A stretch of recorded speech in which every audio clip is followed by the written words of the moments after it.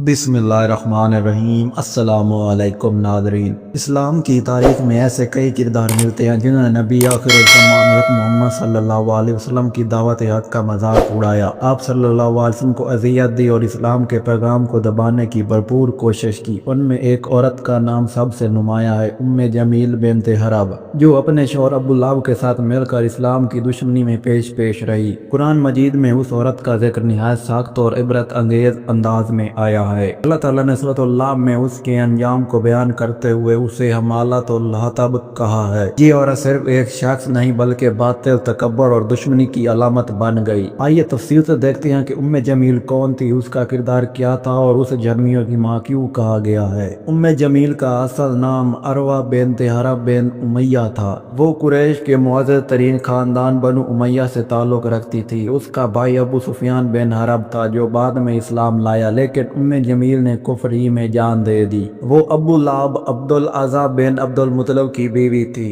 जो रसूलुल्लाह सल्लल्लाहु अलैहि वसल्लम के चचा थे। गोया नस्ब के लिहाज से वो नबी करीम सल्लल्लाहु अलैहि वसल्लम की चची थी, लेकिन ईमान के लिहाज से वो दुश्मनी और शर का पैकर बन गई। जब नबी करीम सल्लल्लाहु अलैहि वसल्लम ने अल्लाह के हुक्म से दावत इस्लाम शुरू की तो सबसे ज्यादा मुखालफत करने वालों में उसका शौहर अबू लहब और वो खुद पेश थे। जब आप सल्लल्लाहु अलैहि वसल्लम ने कुरैश को सफा पहाड़ी पर जमा किया और फरमाया, ए कुरैश, अगर मैं तुमसे कहूँ कि एक लश्कर पहाड़ के पीछे है जो तुम पर हमला करने वाला है, तो क्या तुम मेरी बात पर यकीन करोगे? साहब ने कहा, हमने आपको कभी झूठ बोलते नहीं देखा। तो आप सल्लल्लाहु अलैहि वसल्लम ने फरमाया, फिर मैं तुम्हें अल्लाह के अजाब से डराता हूँ। यह सुनकर अबू लहब ने गुस्से में कहा, तेरा सत्यानाश हो मोहम्मद, किया इसीलिए तूने हमें जमा किया था। उसी मौके पर सूरतुल मसद नाज़िल हुई। ये 5 आयत न सिर्फ अबू लहब बल्कि उसकी बीवी उम्मे जमील के लिए भी अल्लाह ताला का फैसला थी। कुरान में उम्मे जमील के लिए जो लक़ब आया उसके 2 मानी बयान किए गए हैं। वो नबी सल्लल्लाहु अलैहि वसल्लम के रास्ते में कांटे और लकड़ियां फेंका करती थी ताकि आप सल्लल्लाहु अलैहि वसल्लम को तकलीफ पहुंचे।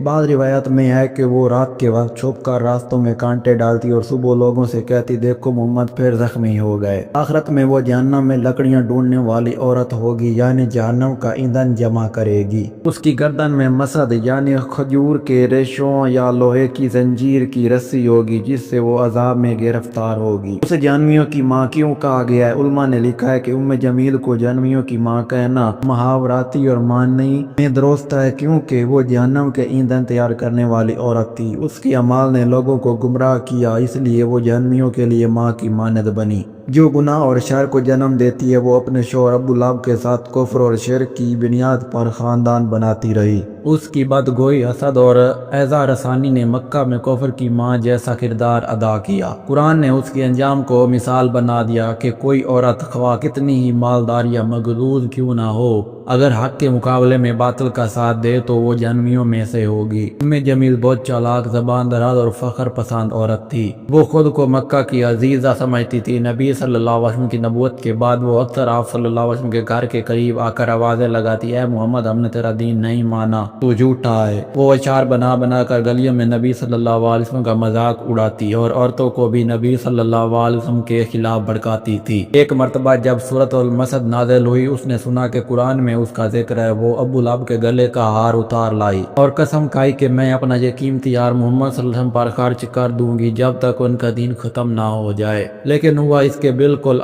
बरअक्स। वो औरत जो माल और दौलत पर नाज करती थी जिल्लत और रुसवाई के साथ मरी। मुफस्सरीन लिखते हैं कि अल्लाह ताला ने सूरतुल मसद में जो फरमाया उसकी गर्दन में खजूर के रेशों की रस्सी होगी, ये महज तमसील नहीं थी। रिवायत में आता है कि मरने से पहले वो खजूर के दरख्तों के रेशे अपने गले में डालती और उसी हालत में गिर कर मर गई। कुछ रिवायतों में है कि वो खनक बुखार में मुब्तला हुई, उसका जिस्म जलने लगा और वो आग की लपेट में आ गई। उम्मे जमील अक्सर नबी सल्लल्लाहु अलैहि वसल्लम के दुश्मनों के साथ मशवरे करती। वो अबू जहल, अतबा, शीबा जैसे सरदारों को कहती, जब तक मोहम्मद को खत्म नहीं किया जाएगा मक्का में सुकून नहीं। एक मौका पर वो दारा नदवा में गई और कहा, हमारी औरतें मोहम्मद की औरतों से बात नहीं करेंगी। उसने मक्का की औरतों को हुक्म दिया कि वो बीबी खदीजा रज़ी अल्लाह तआला अन्हा से ताल्लुक़ खत्म कर दें, लेकिन खदीजा रज़ी अल्लाह तआला अन्हा ने सब्र किया और अल्लाह ने उनके सब्र को जन्नत में मकाम दिया। तारीख बताती है कि जब गज़वा बदर में अबू लहब को नबी सल्लल्लाहु अलैहि वसल्लम के चचा अब्बास रज़ी अल्लाह तआला अन्हु की कैद की खबर मिली तो वो गुस्से में आया।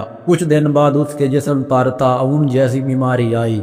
وہ مر گیا اور 3 دن تک اس کی لاش پڑی رہی۔ کوئی قریبی شخص دفنانے کی ہمت نہ کر سکا کیونکہ بدن سے بدبو آ رہی تھی۔ آخرکار چند مزدوروں نے لکڑیوں سے ایک گڑھا کھودا اور لاش کو دھکیل کر ڈال دیا۔ جمیل نے اس وقت بھی نبی صلی اللہ علیہ وسلم پر الزام لگایا کہ میرے شوہر کی موت محمد کے جادو سے ہوئی ہے، لیکن تھوڑے ہی عرصے بعد جمیل بھی اسی عذاب میں مبتلا ہوئی۔ اس کے جسم میں آگ کی جلن بڑھ گئی، وہ پاگلوں کی طرح چیخنے لگی اور کہتے ہیں کہ ایک روز اس کی گردن میں درخت کی رسی پھنسی اور وہ دم گھٹنے سے مر گئی۔ یوں قرآن کی پیش گوئی حرف بہ حرف پوری ہوئی۔ قرآن نے جمیل اور ابو لہب کا ذکر ایک مثال کے طور پر کیا۔ ان کی داستان قیامت تک کے لیے ایمان والوں کے لیے عبرت ہے۔ خاندان کا رشتہ ایمان کے بغیر کچھ نہیں۔ جمیل نبی صلی اللہ علیہ وسلم کی چچی تھی، مگر ایمان نہ لانے کے سبب جہنمی قرار دی گئی۔ اس سے معلوم ہوا کہ نسب، دولت یا رشتہ داری انسان کو نہیں بچا سکتی، صرف ایمان ہی نجات کا ذریعہ ہے۔ زبان کا زہر سب سے خطرناک ہتھیار ہے۔ جمیل نے زبان سے ایذا دی، افواہیں پھیلائی، مذاق اڑایا اور اسی زبان کی وجہ سے وہ ہلاک ہوئی۔ حدیث میں آتا ہے جو شخص زبان اور شرمگاہ کی حفاظت کرے میں اس کے لیے جنت کی ضمانت دیتا ہوں۔ اللہ کے رسول کی دشمنی تباہی ہے۔ جو کوئی نبی صلی اللہ علیہ وسلم کی عزت اور رسالت کے خلاف زبان کھولے وہ دنیا اور آخرت میں ذلیل ہوتا ہے۔ قرآن کی پیش گوئیوں کی سچائی سورۃ المسد میں واضح طور پر جمیل اور اس کے شوہر کا انجام بیان ہوا اور وہی ہوا۔ یہ قرآن کے الہامی کلام ہونے کا زبردست ثبوت ہے۔ مفسرین مثلاً امام طبرہ، ابن کثیر،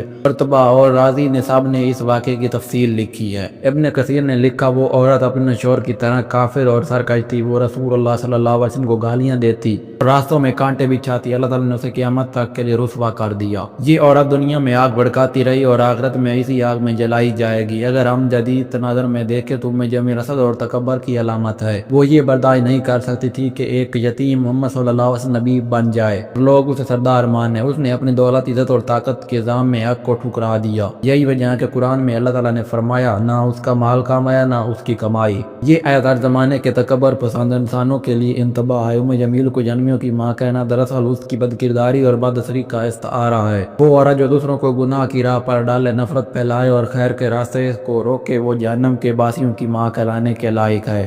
جمیل کی زندگی ہمیں یہ سکھاتی ہے کہ زبان کا غلط استعمال انسان کو ہلاکت میں ڈال دیتا ہے۔ نبی صلی اللہ علیہ وسلم کی عزت و حرمت ایمان کا حصہ ہے۔ مال، حسب اور شوہر کا اثر ایمان کے بغیر بیکار ہے۔ قرآن کی سچائی ہمیشہ ظاہر ہوتی ہے۔ آخر میں ایک خوبصورت قول امام رازی کا ذکر کرتے ہیں۔ اللہ تعالیٰ نے جمیل اور ابو لہب کے انجام کو ذکر کر کے بتا دیا کہ اگر نبی صلی اللہ علیہ وسلم کے قریبی رشتہ دار ایمان کے بغیر جہنمی ہو سکتی ہیں تو کوئی دوسرا کیسے بچ سکتا ہے۔ اللہ ہمیں جمیل جیسے کرداروں سے بچائے اور بی بی خدیجہ، بی بی فاطمہ اور دیگر صالحات امت کی راہ پر چلنے کی توفیق دے، آمین۔ اللہ اکبر۔ اگر آج کی ویڈیو پسند آئی ہو تو ویڈیو کو لائک کر دیں، چینل کو سبسکرائب کر دیں۔ ملتے ہیں نیکسٹ ویڈیو میں، تب تک کے لیے اللہ حافظ۔